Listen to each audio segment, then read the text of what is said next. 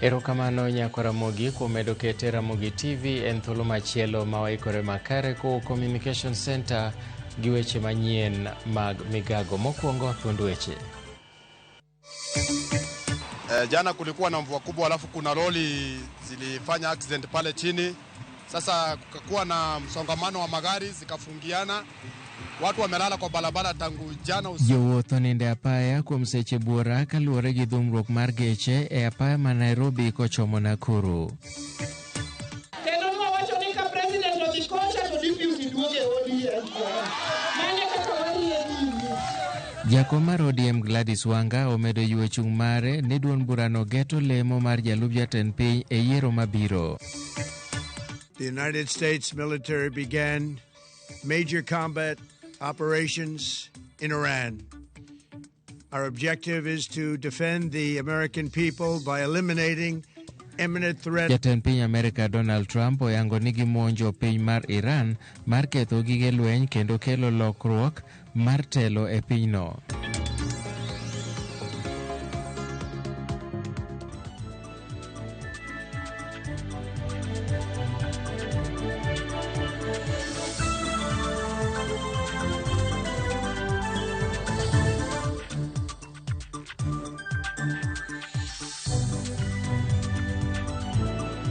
Arwaki ni machiegni nyinga Milton Ochieng' Awuor. Jowuoth matiyo gi apaya maduong' mar Nairobi kochomo Nakuru oninde apaya kaluwore gi dhungruok mag nyamburko e apayano e gwenge mag Gilgil. Maeri en kaluwore gi masira manotimore e apayano kama loche moko ariyo wachore ni notuomore kendo bang' koth chwe gino manochwalo ahinya dhungruok mar gechego. Kaluwore gi moko kuom derepe matiyo gi apayano, nitie jogo ma ok luw chike mag apaya kaka owinjore, ka kwayo maduong' en ni mondo mi jatend piny William Ruto chop mapiyo singo mare mar yaro apayano, gino ma giwacho ni biro konyo duoko chien dhugruok mar nyamburko.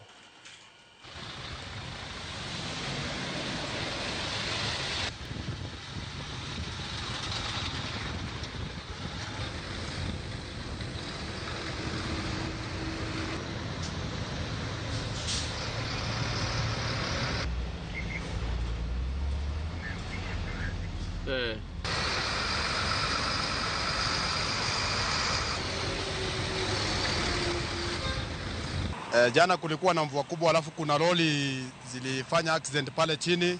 Sasa kukakuwa na msongamano wa magari zikafungiana.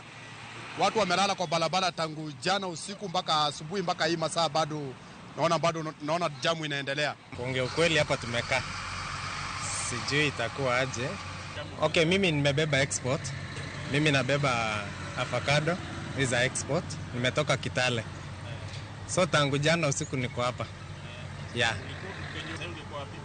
Asa ningekuwa nimefika Nairobi mpaka nimeenda kupumzika. Na kwa hii muda ya season ya mvua tumekuwa na shida ya jam, sababu magari nyingi sana zinafanya accident kwa sababu ya kuteleza kwa barabara. Alafu tena ile shida ambayo tunaona kabisa ni overlapping kwa madereva wengine. Hawafuati sheria ya barabara.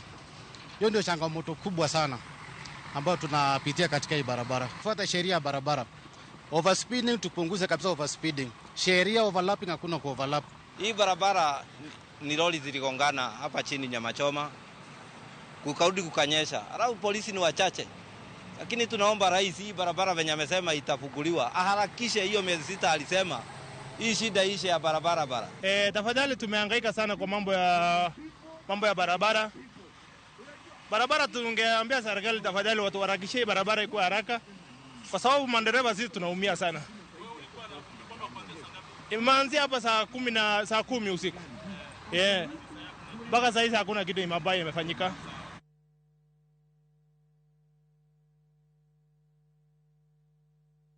Kanda mantiere kachung'od bura ma Mumias, jonjorego manoidho pikipiki ne omonjo tesendo bilano kendo hinyo bila manerik dhi nyime kod tijegi mapile mag chwalo arita.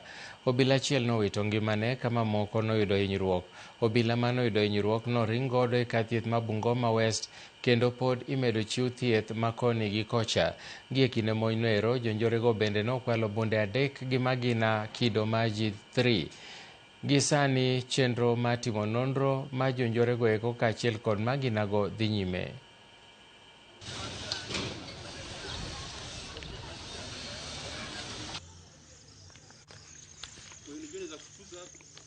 Jana nimesikia mlio sana nikashtuka sana nini inafanyika. Nilikuwa nafikiria transformer imelipuka huko. Kumbe polisi wamevamiwa huko. Mimi jambo yangu ya kwanza inaenda Kipchumba Murkomen, waziri mkuu wa maafisa. Kitu ambacho nakuomba Kipchumba Murkomen, ushughulike na hata mapolisi ambao wako reserve. Maana hawakui considered, wanawachwa tu kama wako huko kuna amani. Hapana, huko kwamba pia kuna watu ambao wanaweza wavamia. Nahuzunika sana kusikia tiko la polisi kukufa hii area. Nashangaa sana. Tuko na wanafunzi hii area wanaenda shuleni mapema. Hatujui tutafanya aje. Mheshimiwa Naika, ulituletea serikali tusaidie jameni. Tuongeze serikali. Ikuwa 4 wa 5 ili watusaidie hii area tafadhali. Walete polisi wengine waongeze.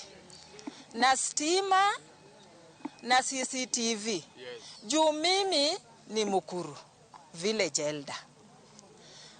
Omwama akinipigia simu saa 3. Siwezi nikafika hapo. Kwa sababu gani? Sina silaha yoyote. Na hiyo vitendo yenye imefanyika hapa leo, si mapolisi na wako na bunduki. Then ilisemekana my chiefs na assistant chief wapewe silaha. Hizo silaha wakipewa hizo bunduki itasaidia kitu kama hichi. Because wakati station itavamiwa, assistant chief atatoka na bunduki yake na itasaidia. Jatend piny Amerika Donald Trump oyango ni piny Amerika oikore mar kedo lweny gi piny mar Iran. Wach mano yangi kod Trump koro nyiso ni piny Amerika dhiro dwaro mar rakruok kod piny mar Iran mar kedo kod gige lweny ma pinyno osebedo godo kuom kinde malach. Rakruok no ichano tim kod piny Amerika bende chal ka gima siro lwedo wach mano yangi kod jatend migawo mochung' ne jolweny e piny Israel mar yango ni gin bende gichano mar rakore kod piny Iran. Okang' ma kamano koro biro tok ywaruok kod luoro bedo e kind piny Iran kod piny Amerika kaluwore kod tieko kod teko mar nuclear. A short time ago, the United States military began major combat operations in Iran. Our objective is to defend the American people by eliminating imminent threats from the Iranian regime, a vicious group of very hard, terrible people. It has always been the policy of the United States, in particular, my administration, that this terrorist regime can never have a nuclear weapon. I'll say it again. They can never have a nuclear weapon. And we sought repeatedly to make a deal. We tried. They wanted to do it. They didn't want to do it. Again, they wanted to do it. They didn't want to do it. They didn't know what was happening. They just wanted to practice evil. Jakom duond bura mar ODM Gladys Wanga omedo ywe chung' mare ni duond burano geto kom jalup jatend piny e yiero mabiro, kendo mane achiel kuom gigo ma gidhi kete maino margi e kinde magwai mar ODM. Laktar Oburu Oginga dhi chako twak gi jatend piny William Ruto kaka yo mar ikruok ne yiero mabiro. Kanoloso e sach nyasi mar siro grube mag mon liete kod rowere e yor omenda e bwo riwruog saga mar Ugenya Fresh Sacco e kar chung' od bura ma Ugenya, jatelo nowacho ni ponono ni UDA owinjore madhi e yiero kod ODM to gibiro pogo lemo mag sirikal e diere gino mabiro e duond bura mar ODM gi lemo mathoth mag sirikal mopogore kod mago mancha giyudo e sirikal manywandani. Gie kindeno Wanga bende noseo jatend piny machon Uhuru Kenyatta kuom kelo tungni e duond bura mar ODM kokwaye mondo kichre gi chien e weche mag ODM. Koro nuswani wane mwadi ya kona tuwawacho ni joodiem ma Mombasa yudango, joodiem ma Western yudango, joodiem ma Masai yudango, joodiem ma Northeastern yudango, joodiem ma Joluo yudango. Kaka wabaro gicha kata ber koso ber. Kendo mwawacho ni ka president odhi kocha to deputy duoge ODM. Mane kaka wari e nini. Kagim gi ministers apar wambe wanga par, wadonje power koso power. Timore. Mokwongo ka nyithindwa manika gi te, iminewa matindo gi te, onikore kura. Migawo mar thieth onyiso luoro e wi kwan mamalo matiyo gi yedhe mamero ji e kaunti ma Isiolo, ka giwacho ni kwan no medore mokalo. Koloso e kaunti ma Isiolo, jagoro mongirore mochung' ne weche mag thieth mar oganda Mary Mudhoni owacho ni tiyo asasa gi yedhe mamero ji bende kelo medruok e tuoche mag kansa, kokwayo oganda duto kod sirikal mondo nywak lwedo lweny mar kedo gi yedhe mamero ji. Omedo ni jo Kenya 44,000 nigi tuo mar kansa, kama dirom 29,000 tho higa ka higa.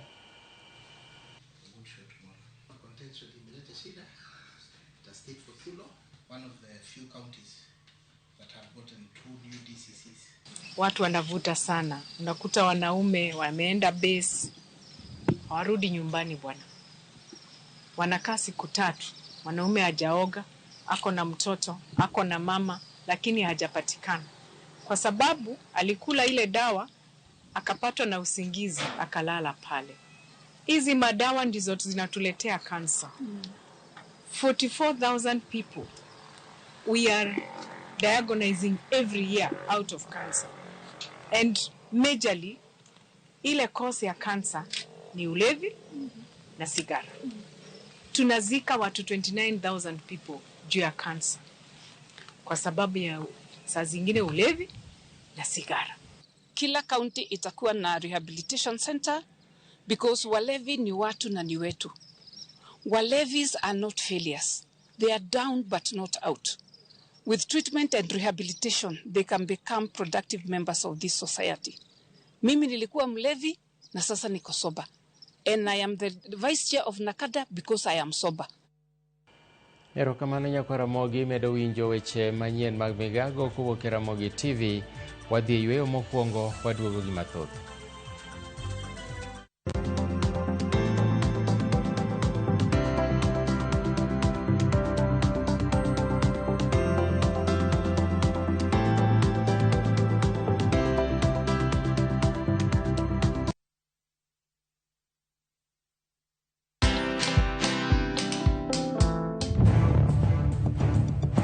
Mimi najua mtu nimesafa naye ni mmoja, and it's my mom. Hata msi ametokea ati yeye kuja nikutrain. Sijaona, mimi bado niko tu hapa kwa dimanga zangu. Hizo mbavu zako, hizo mbavu zako. Ndio yangu hizo mbavu zako. Mbavu zako zinavunja, sawa? I'm a champion and my mama know very well he gave birth to a champion. Watch this story and more. Download the Citizen Digital app or visit www.citizendigital.com and find the Citizen Originals portal. Kenya's #1 app, Citizen Digital.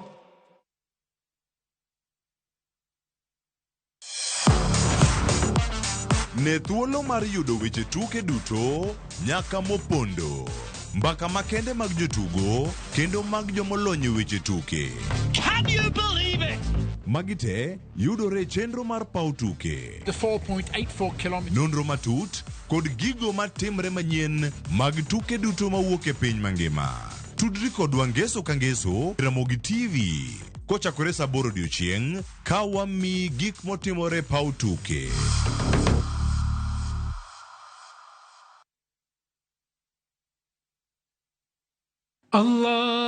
اللهم إنك عفو تحب العفو فاعف عني. Ewe Mola, wewe ndiye mwingi wa kusamehe na unapenda kusamehe. Naomba msamaha wako. Dial *860 *286# to get Dua ya Ramadhan as your skiza tune.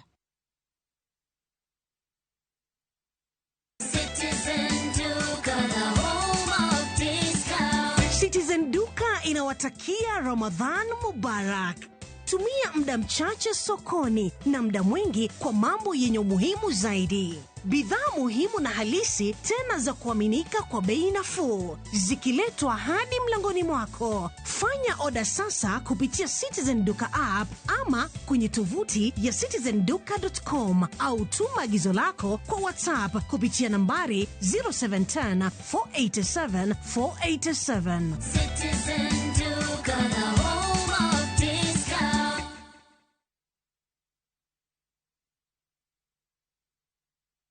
Marubani wametambua skies za shabiki, wana fly to the highest multipliers wakidondoka na big big wins. Kwa majina naitwa Kennedy Aura, natokea Ruaka. Shabiki nimekuwa nikifuatilia, but finally imejipa this time. Na ni somo moja tu pekee nikapata nusu milioni. Shabiki wamekuja at the right time for me. Nilikuwa na project home Shago nilikuwa najenga. Sasa hii kutoka hapa teke home. Manze usichoke. Time yako ikifika, mshindi next it can be you.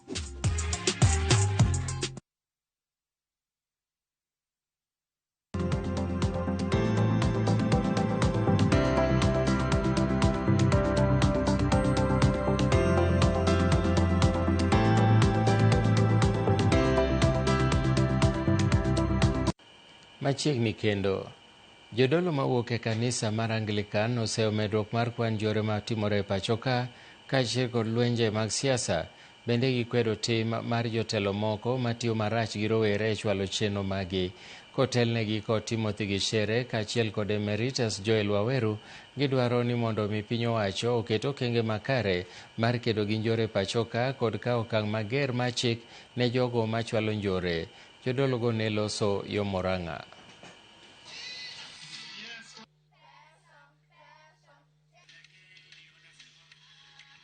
We want to urge the government to be sending capitation to schools in good time so that the schools may continue growing and doing their best without hindrances, and especially now that they have been promised the capitation. It is a shame. Nobody wants to own up to say that they are the people who are directing these goons. But we believe you politicians, and you know yourselves, either in government or in the security, you know who is doing these things. CBA iko na aspect za kudevelop the skills ambazo zinasaidia mtoto kuwa mkakamavu katika maisha yake. Pia unahusisha wazazi na kila mtu anaweza kujua mahali mtoto amefikia katika masomo yake.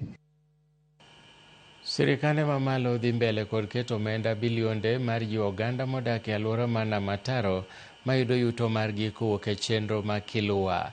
Jalup jatend piny Profesa Kithure Kindiki manochopo e kaunti ma Kwale nono chal mar gedo mar National Marine Culture Research Center of Excellence mayudore Shimoni. Eka chung'od bura ma Lunga owacho ni sirikal otiyo kod omenda maromo bilion 2.7 e gero Shimoni Fish Port mabiro konyo ahinya e ting'o malo chenro mag lupo kod keto ber mar ngima jodak ma Kwale. Joyce Oduor nigi ler mathoth. Koloso Shimoni e kar chung'od bura ma Lunga e kaunti ma Kwale e kinde nono chal mar gedo mar National Marine Culture Research Center of Excellence, jalup jatend piny Profesa Kithure Kindiki omedo goyo debe ne chenro mag dongruok ma sirikal mamalo chwalo e kor gwenge mopogore ma pacho ka. Kindiki owacho ni chenro mar gero center no en achiel kuom yore ma sirikal tiyo godo e ting'o malo sekta mar lupo e kauntis ma kadhowadh nam chumbi, komedo ni omenda bilion 2.7 noti godo e gero Shimoni Fish Port mabiro konyo e nyuolo thuolo mag tije kod bero uchumi ma Kwale. This is just one of the interventions that we are making to promote fishermen and to promote the blue economy. Lakini kuna mikakati mingine tumeweka. Unajua hapa dakika 5 tu kutoka hapa tumejenga port ya Shimoni. Specialized port ya mambo ya uvuvi. It's the Shimoni Fish Port ambayo imegharimu shilingi ya Kenya bilioni 2.7. A very big project ambayo tumemaliza. Sasa tunatafuta mwekezaji wa kuoperate. We are looking for an operator. We have already advertised for someone to come and run the port and do the processing of fish.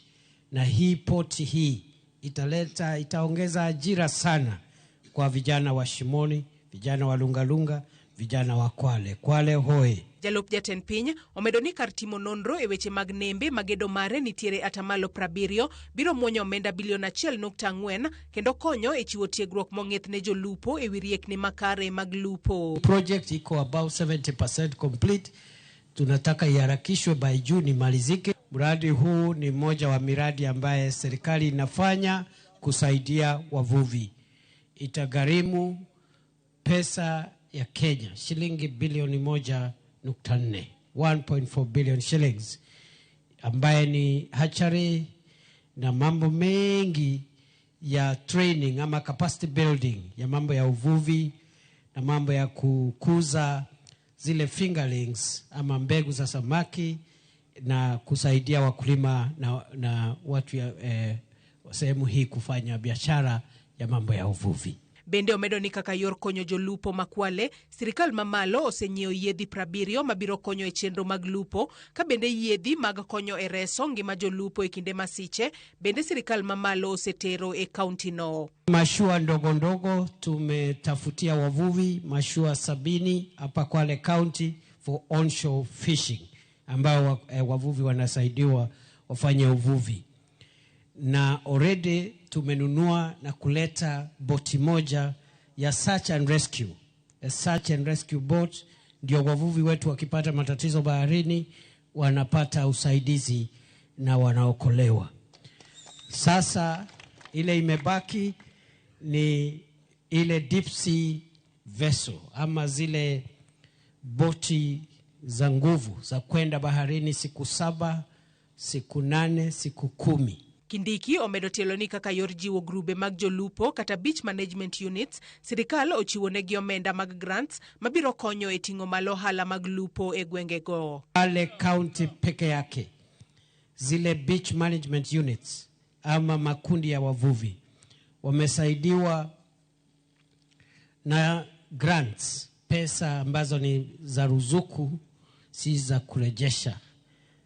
Already tumepeana milioni 652 hapa Kwale County alone. 652 million shillings in form of grants in Kwale County. Ni fire si fire. Gavana Makwale Fatuma Achani orwako chenro no mar jiwo jolupo e kaunti Makwale, kowacho ni gibiro medo rwako chenro mag dongruok ma sirikal mamalo tero e gwenge go. Naibu wa Rais, sisi tunashukuru kwa vile ambavyo serikali hii ya Mheshimiwa Daktari William Samoei Ruto imeweza kuangalia wale ambao wanaangalia bahari, wale ambao uchumi wao unategemea bahari, kwa sababu masuala yote haya yana boost masuala ya bahari. Kwa hivyo Mheshimiwa Naibu wa Rais, tunataka tushukuru na tuseme tutaendelea kusimama pamoja na serikali ili tuweze kuendelea kunufaika. Joyce Oduor, Ramogi TV. Echeno majumani margin kanye watu wagi Jael Mbogo en achiel kuom josiasa matene boma ma Nairobi kipare kaka miyo manokedo ne ratich jok mamine.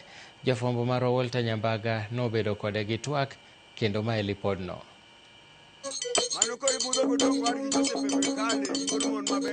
E kare jodak mang'ong Kajiado County wedo rwak manimba kod Jael Mbogo e kendo mbaka chakore kod sombe e kaunti ma Siaya. An nyajo was modak iro sidindi kama nyuola ye e kama dala wanitie. Primary school achako Sumenya, basi ayudo ka ne tek monda adhi nyime kanyo nikech somo nene en gima rea. Kendo particularly kuom nyithindo manyiri kana ywak ne to golo wa utero wa modhiero. Okoni kaka nyathi manyako sombe ne obedo kod digni kaluwore kod yuto, kata kamano ne ok onego taya mar geno. Standard 5 to wadhi e boarding. Awuok kanya dhi ng'iya girls. Ng'iya girls nene pod ok en ginene secondary. Skund mission. Kama jo mission CMS. Katieko to awuok kanyo kendo koro wuoth tera nyaka Alliance Yetukwa wi got malo ka. To basa bende ayudo kara koro. Ui moro koro mako bada. Omako bada kani maweche teka. To nyithiwa nitie adek maluwa. Yawuoyi 2 gi nyako. Koro gino tamgi ok gidhi skul nikech pesa onge kadhi nyime gi somo. Nawacho ni kara gima ber masejowono akun go muya mondo ayud tich. Ajol nyithiwa manchien. Jael Mbogo koni kochakore tije ne en jandiko kod kompyuta madho liech dendo ni typewriter, tich mane olonyie mong'ith. Tija mokwongo seswe na chako kod City Council ma Nairobi. Kanya dhiye kasetimo training mar secretarial practice. Atimo shorthand typing. Jomandiko gi speed. Gi speed. Ilosa ini kwanga e yot ka imadho ndapi more the dirisa ti dictate barute ma company tanta kao. Tadhi beti interpreter tagoyo barua ti sign to dhi. Kisomo maleo. Mane tich manatimo. Kaka nomedo makore kod odieche to kod jodito mamoko, humbe nochako nya. City Council tiye matin to nober. Nikech kaka tiyo no to kod rikti mane nan kodo nabedo kota kansela. Ko ibedo kate? Bang' ka Ofafa osetho. Ofafa Jericho. Ofafa Jericho, Ofafa Maringo, Ofafa kanselo ka Ofafa. Ma wagero Memorial Hall mare Kisumu cha. Jel koni nobedo kod tudruok makare kod jopiny kendo kane lochago komako jodak ma Nairobi. Kata ji maneke ne ratich oganda to ne odhi mondo ogolgi e od ang'ech. Nikech an kan ni City Council as an employee mar department mar building surveyor, the building surveyor mane natiyo ne Musungu, to an councillor, to an kotago mayor madhako. Komak gi ulornegi ni wach mau tadhi ir mayor to miya barua tadhi agonyogi. Okon nogwele kaka kansila e thuolo mokwongo. Telo mane omiye chir idho ngas mamoko. Wani wadhiga ni ng'ama win kura mang'eny. There is a difference. Koro kura no ipoge proportionately ni ka yudo 150,000 to mane en constituency achiel. Koro kano opogo kuchwa gi jok kuche. To ne wa come out with more members of parliament than Kadu. Eme yudo ka chieng' oneko itero Nakuru. Dhi bedo kurono Nakuru North. Achieng' oneko was the first MP there. Kanyo ne wantie councillors te. Yiero mane okelo pimo ngufu kod mane en jatend piny machon Mwai Kibaki. Mwai Kineno ne en jatend migawo mar omenda. Elaro kom mabahati. Kibaki, as I told you, ni Ochieng' Aneko, no year, but he was transferred to Nakuru. Kibaki was transferred to Bahati. He did not campaign there originally. Okay. No, because we were campaigning generally to win elections. Hey. So when that happened, Kibaki found himself in Eastlands because this was the first rigging in history of Kenya, official rigging by government, by state order. Jal koni thuolo mar mine ne ok omi luor kendo ma ne kelo ywaruok. Samoro adhi adak Kanyamera ewi gorofa malo. I was hunted. Because it had never happened and they never dreamt of it happening. That I could win by such a margin.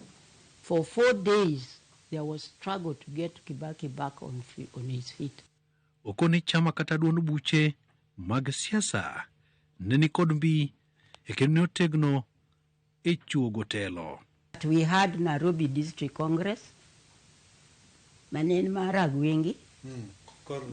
Moro nitie People's Political Party mar Mboya. Ne gin gatie, lakini majority wani KANU. Mama na baba. Sawa. Kwa bedo kanyo, to ne wan ji achiel. Jel koni wuon pargi ne miesir. Kata odoko ni en wuon to ne ok ohero siasa. Mokwongo kata jaoda ne ok oyie kod wach na ma campaign. In fact, at some stage, no onyalo dhi o campaign against her. Nikech ne ok en comfortable. Okwano ber mag dongruok Mochame nyadhi. Politics never earned me any money, and I didn't go there to make money. An adwaro ratich ng'ato. Adwaro adiera mar ji duto. To bino yango thulo mag mine telo. Mon ne during Mau ni kao gitero gi e field gitiyo kochakore sa 12 nyaka odhiambo, to majority ai central ka to kod nyithindo e ng'egi. Nyithindo moko tho e ng'e dhako kotiyo to kia. An kodhi golo nyathi kama mondo dhodhi to yudo ka nende karotho. Nyakwara Mogi. Erokamano kuom bedo kode chakruok nyaka giko. Jata chenro mar kunthulni duto ne en Walter Nyambaga. Ud kowero. Thon ka ji dhi kendo ka ji duogo. Oriti masani.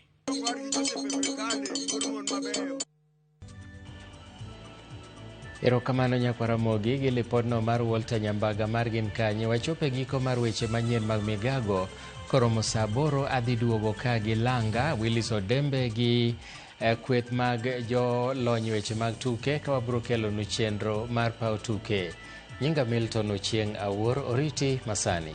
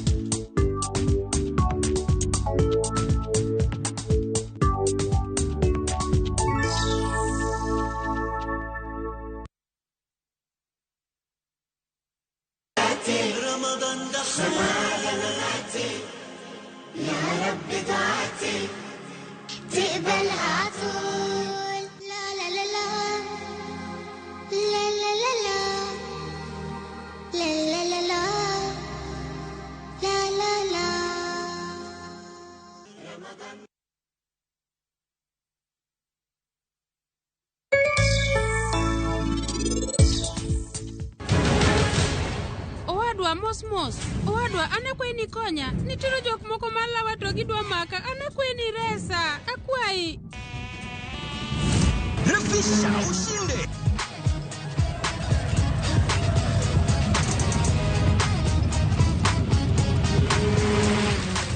$50K ya Vasha ama MMF haingoji.